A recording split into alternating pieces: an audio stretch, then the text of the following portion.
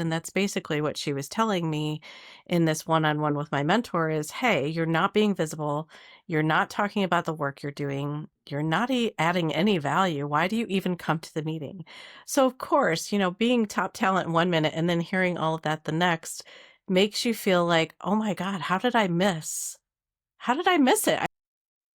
Hi, everyone, and welcome to another episode of From a Woman to a Leader. I'm your host, Limor Bergman, and I'm super excited to introduce my guest today.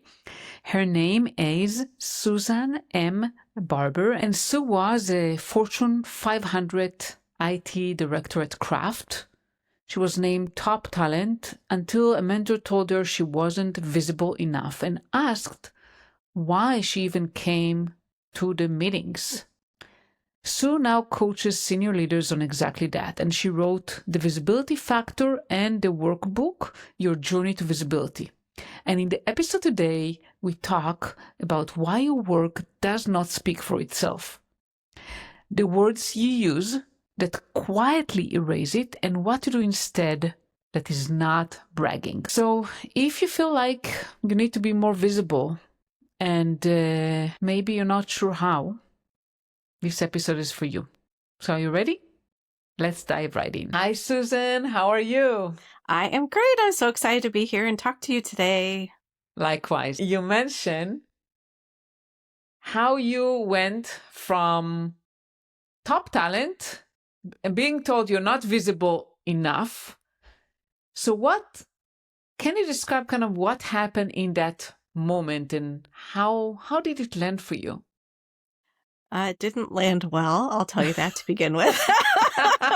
So as you mentioned, I was considered a top talent. I was part of what they had as a leadership program that was only for the top people in IT at the time. And so, of course, I think I'm doing all the right things. And I think it was every week at that point, we were meeting as a leadership team and the extended teams. And I felt like I am not part of the executive team. I don't need to sit at the table. That's for them. I'm just going to sit over here. And if there's a question for me, I'll answer it. But what I didn't realize is I was, sending a subtle message that I felt like I didn't belong at the table, that I really didn't have anything to contribute. I had no value to add. And that's basically what she was telling me in this one-on-one with my mentor is, hey, you're not being visible. You're not talking about the work you're doing. You're not adding any value. Why do you even come to the meeting? So, of course, being top talent 1 minute and then hearing all of that the next makes you feel like, oh my God, how did I miss? How did I miss it? That's what was in my head at first is how did I miss that I wasn't doing the things I thought that she thought I should be doing and that I should have been doing. And so I got a little defensive, not going to lie. I was feeling like, what is she talking about? How is this happening? So your brain is just trying to process it all. And I said one thing to her, and then I realized quickly that this is not going to help you. Sue, you should just probably thank her for the feedback and walk, out the door as soon as you can get out the door. And that's what I did. And then I spent the rest of that day really thinking about what she said. Was it really accurate in my opinion? And then I went and met with another mentor of mine, a business mentor, and she gave me some great advice. She said, Sue, you were hired for a reason. You were hired to bring a lot of information and details and share things with your leadership team. And if you're not doing it and they make a bad decision, that's on you. That's not on them. And you're also hiding your team and yourself from letting people know what you're doing and the value that you're adding. So it was a big wake-up call and a pivotal moment, obviously, because that set me off on this journey of how can you be visible in a way that's authentic to you and it's not bragging. And I think that's the only way I had seen it before. And that was just not who I was.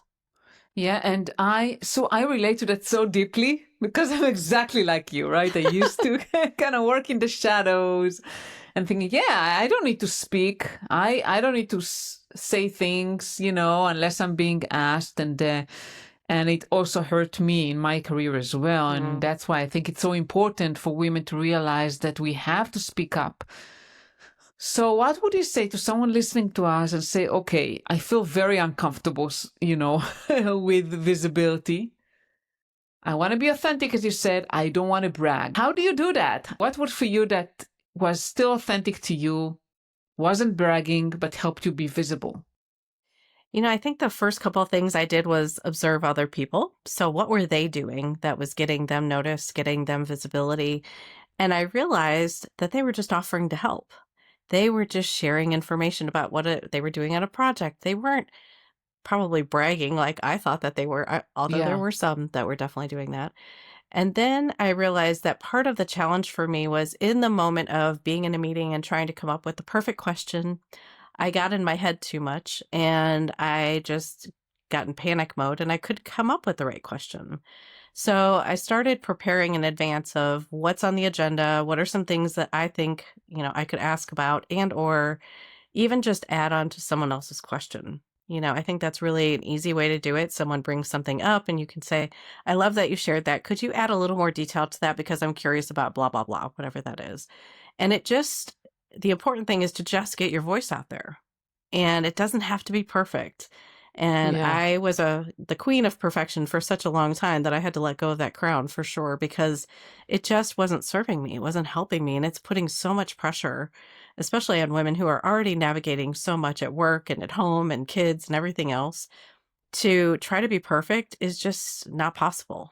It's an illusion, right? It's not even Yeah. possible to be perfect. So No one is perfect. Yeah. it We helped know me so that, much. but Hmm. still it's hard, right? Because we tend to, at least I fear that, oh, I will say something stupid. People Yes. will think I'm stupid. Um, Same. yeah. What other, you talk about kind of blockers that women has about, visibility and limiting beliefs. So other than perfectionism, what else from your experience or from, people you work with are mainly, limiting us? I think we're avoiding the spotlight a lot of times. We feel like that's maybe seen as bragging, right? If we try to talk about something we're doing. And so what I found that I was doing, which I just wrote a post about this, which seemed to really strike a lot of people as something that they were doing as well, which is minimizing our work. So saying, that's no big deal. That's just part of my job. It's no big deal to do that. Even though we spent 2 years on it, it's no big deal. And that's kind of ridiculous, right? When you think about it, if you spent 2 years of your life on something, it's a big deal. And Yeah. so I realized that I was using minimizing language when I talked about what I was doing or my team was doing, which isn't serving them or me. And I realized that I was dismissing compliments and saying, "Oh, don't say that to me. No, it's no big deal for me to do that. It comes really easy for me." Well, that's where all of this stuff kind of stems from. When things are easy for us, we dismiss it as no big deal instead of saying, "Thank you. I really appreciate that you noticed that." Or when we're doing great work, say, "I'm so glad you noticed because the team has really put in such a big effort and I'm so excited that we've gotten to this point so quickly." That's all you're doing. You're just flipping it around a little bit to really demonstrate that it is valuable. Because what I learned from one of my coaches early on, which was really hard to hear, but very, very necessary, which is if you're not valuing yourself, how can others value you? And that was hard to hear. But when I heard it, I thought, oh my gosh, she's so right. I'm not talking about the things I'm doing in a valuable way. So how can other people see it that way? Yeah. And we tend to, as you said, like we tend to think that what comes naturally to us is, yeah, not a big deal. It's obvious, but it's Hmm. not. And other people aren't always good at these things, and that's why they're telling you that. They're admiring you for something that you do. And I think the other thing that helped me, and I hope it helps people in the audience, is when you kind of dismiss someone's compliment, it's almost like you're kind of dismissing them, right? And they took the time to actually share it with you. So Yeah. just say thank you, because they'll never do it again. They might be confused and frustrated and like, what happened? I tried to give her a compliment and she just basically didn't even want it. So they're confused by that. And so you have to accept it and recognize that you're making it about you when it's really just something nice that they said to you. Yeah. Why do you think it's so hard for us to get compliments? I don't know. I feel like it's conditioning that we've had for years and years and years, right? Especially women, like, oh, don't speak up, sit in the back of the room, be quiet, blah, blah, blah. And I just think it. it's again feels like we're standing out in some way that we're not supposed to because we've been told not to. And I think it's recognizing the fact that we have a lot to offer. But when you're told not to speak up and keep quiet and stay in the back of the room, well, then it's hard for you to do that, right? It's completely Yeah, normal that people are struggling with this. And once I figured out that you can do this in a way that feels authentic, I thought, how many people do I need to tell? Because I want everybody to be able to do this. I don't want anyone to get that kind of feedback that I got and then feel like, wow, do I even have a career anymore? Should I leave? Should I stay? It was a really hard thing to hear, but I'm so grateful that she told me. for sure. And what I wanted to say, I would say, if you really tend to minimize yourself, so I'm saying that to our listeners, ask other people for feedback about you. Sometimes it helps hearing that out from someone else, and things that you think are obvious, then people can highlight about you. Say, someone else think it's actually a strength. Yes, because we just don't see it that way. One of the things I do with people, I hope this helps people listening, but I'll have them take their phones or record meetings that they're in and listen to the words that they use when they talk about themselves, their team, or their work. Because sometimes without thinking about it, when you're not really minding what you're saying and you're just saying things from autopilot, you probably are not saying things in the best way to show your value and to talk about the impact that you're making. You are more or less giving just a list of things that you've done. So think of a one-on-one with a manager. A lot of people just go in and say, we did this, we did this, we did this, we did this, but don't really talk about why it matters. And that's just a little bit extra that you need to add, but you're trying to set a good impression with your manager or other people. And so it doesn't take that much to do it. It's just being intentional and maybe thinking about what you could do to add value and talk about it a little bit more. Yeah, and I think also, so what you mentioned about, it's not just about you, it's about your teams. And if you don't present your teams in the best way, it hurts them as well. hmm Yeah, I learned that lesson the hard way too. So I had a person that was on my team who had come from another group and was struggling a bit. And so I made a comment to my manager at the time about, I just don't know if she's going to be able to turn it around. She's kind of struggling with all of this. And, 3, 4 months later, she started to get it. She started to come around, right? And so I said, she's really doing well. And he's like, she is? I mean, you basically said 3 months ago she wasn't getting it. She wasn't going to be able to turn it around. What changed? So I realized really quickly that everything I say either creates a positive or a negative impression of my team and myself. And so I had to step back and be very mindful of that because especially think about if you want to promote someone, you are the public relations for your person, and you need to be talking about the great things that they're doing, not making it up, of course, but really being intentional about sharing the things that are going to be noticed, that could be noticed by other people, that really help kind of make the case for why you want to promote someone. Yeah. So that was a valuable lesson for me to learn the hard way, that what I say has either good credibility for someone else or not. And I have to be intentional and really pay attention to what I say to people. Yeah, that's true. And sometimes we tend to be very criticizing, right? We Mhm. hold high bars on ourselves, and then we hold very high bars on others, and then, that can impact them and their growth as well. So we have to try to be fair and say, okay, how do I measure compared to other people and how they measure?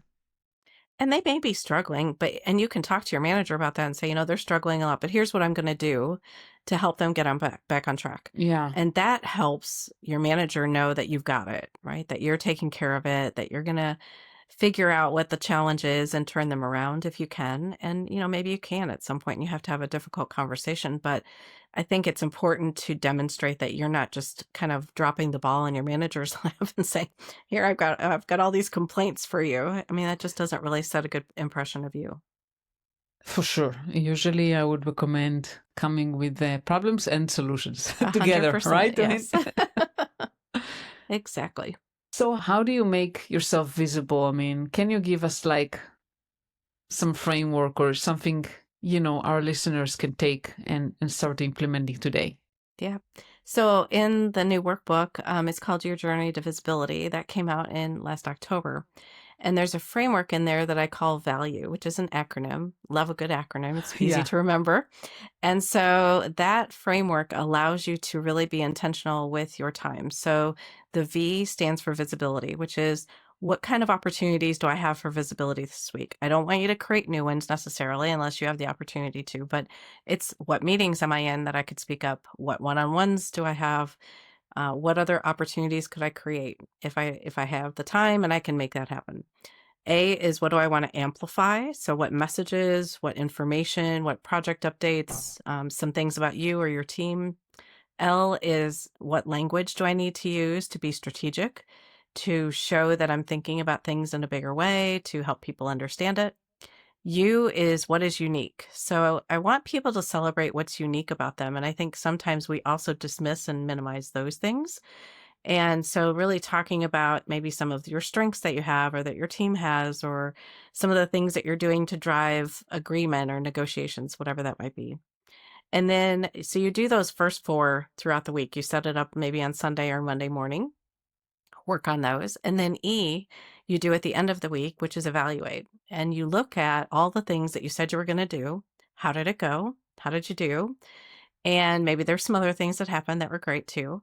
But you also look for missed opportunities, some things that happened that you weren't prepared for, that you didn't think about in advance, that you didn't say in the way that you really hoped, but you could do better next time.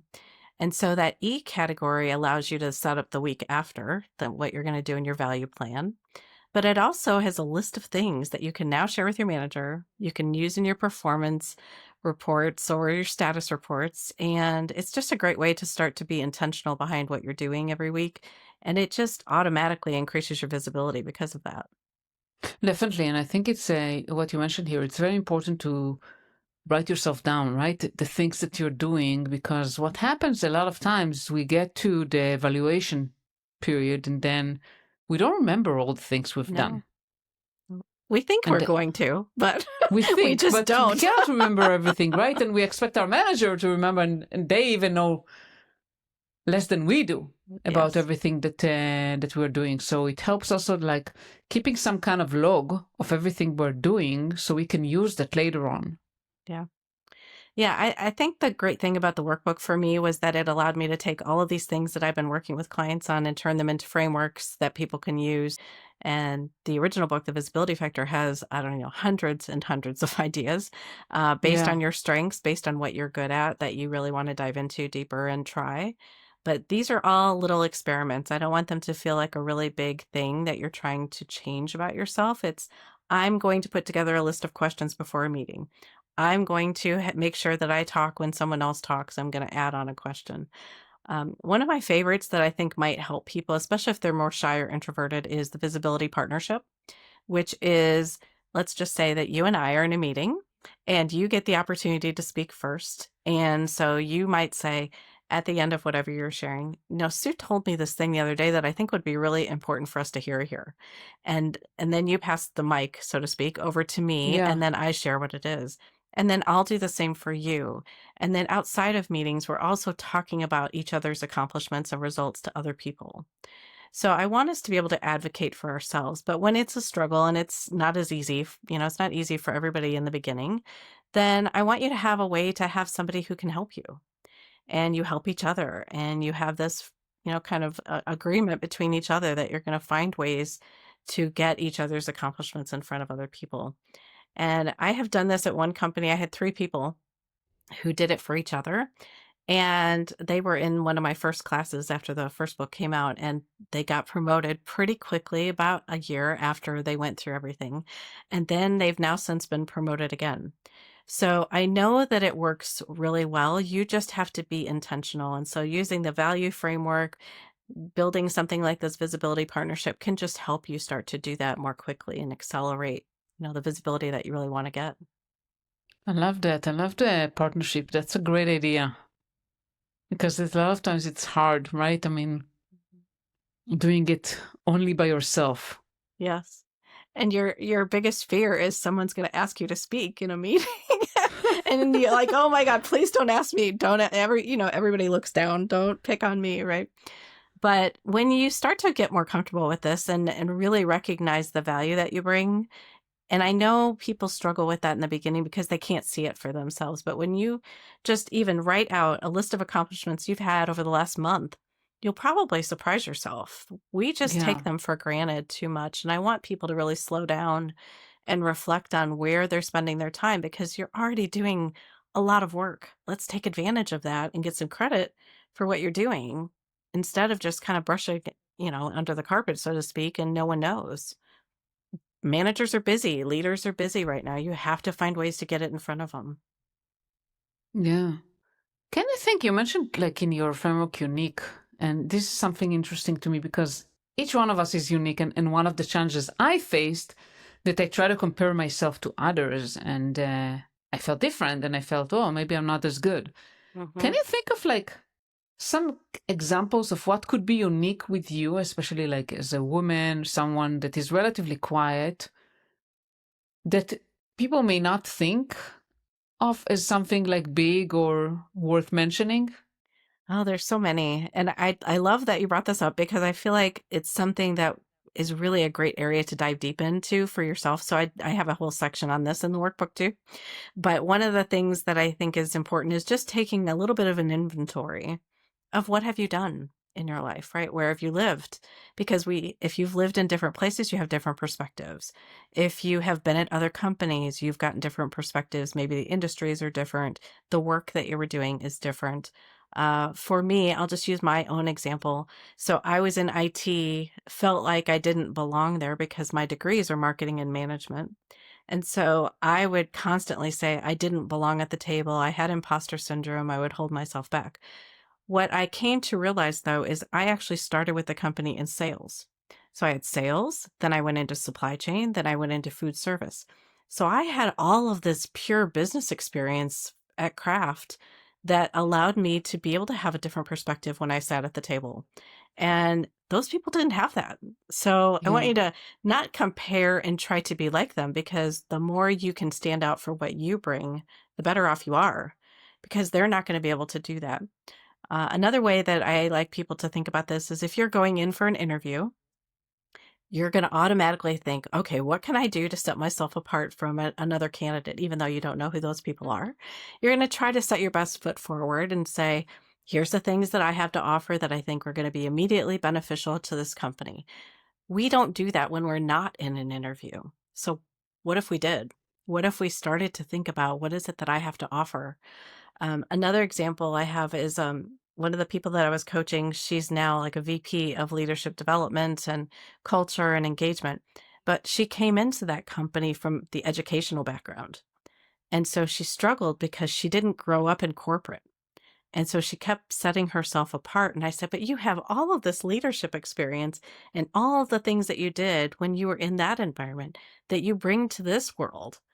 But she didn't wanna talk about it, and I said, "Let's talk about it. Let's let them know that you're not just coming here with nothing. You're not starting from scratch. You've got all of this experience," and I think that's what happens is if we start something new, we almost feel like we have to hide or keep in the background the other things that we've done that are great that actually could help it be seen in a better way, because I had been in this educational background, for her example, I learned the importance of collaboration. I learned the importance of engagement with, all levels of the organization. And so I think there's so many things that we can talk about in a positive way and how it helps us. And so that Absolutely. really helped me when I learned how to do that for myself and see that I had a lot more to offer than I was giving myself credit for. And I belonged at that table and I belonged in the conversations. And it changed everything because I just saw myself then as an equal, not as somebody who didn't belong. And that's one of the concepts I teach too, because it doesn't matter where people are in the org chart. I really don't think that that has to be something that you constantly think about. It's more like, how can I be an equal in this conversation? Because your confidence will be so much bigger. You will say things in a whole different way than you would if you felt like they were too high up on the ladder, so to speak, and that you didn't have enough experience to contribute to this conversation. Everybody does. You just have to believe in yourself and recognize that you do. Definitely. I mean, this is a problem that a lot of people have. Think with hierarchy, right? I mean, I think actually, Sue, I think that the younger generation may be less so. than Yeah. us. And now I think it's becoming less of a factor. And I worked at companies like you could talk to the CEO, like you could talk to Yeah. anyone. And yes, I really want to emphasize that every person has something to add and a unique perspective, no matter if you just graduated and that's your first job. You have something unique. You bring a Yeah. fresh perspective. Maybe because of your, young age and lack of experience, actually bring something that someone who has been there, done that for many years don't see anymore. Well, and it's good because, when you're in a company for a really long time, it's how we've always done it. And Yeah, whenever people come into a company, I'll say, you have a gift now. You have the gift of fresh perspective. You're seeing things that they've been doing for years and years and years, and you may have a new way to offer to do it. You may see something that isn't working right that you could help. It's just really coming in, knowing that you have something to offer and being willing to speak up and add it. And if they choose not to do it, that's fine. It may not be something they do and till 5 years from now, but at least you are using your voice and speaking up, and that's important. definitely. And yeah, and I would also say, ask yourself what kind of uniqueness I bring, Hmm. and look at it as an advantage rather than a disadvantage. Because I used to think, oh, because I'm quiet and different and a woman, like it's a disadvantage. But actually, I found to appreciate the qualities that I have. So try to ask yourself, like, how is it a good thing that I'm different? Yeah. And try not to use it as a label. So I'm going to use Yeah, introvert as the word for me. Like yeah. I'm an introvert. I can't go network at these places. It's too much. I'm not good at it, whatever little story I told myself.